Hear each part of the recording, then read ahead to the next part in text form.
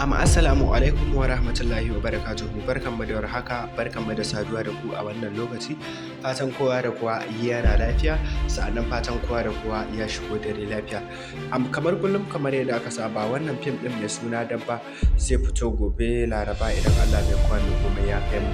Insha Allah ga masu buƙatar su kalli wannan fim ɗin complete ɗinsa ko kuma masu buƙatar su shiga wani kuɗin mu na VIP na Sultan Film Factory, Ikra Record, Al-Hussein Record, Sima Record da sauran kamfanuka.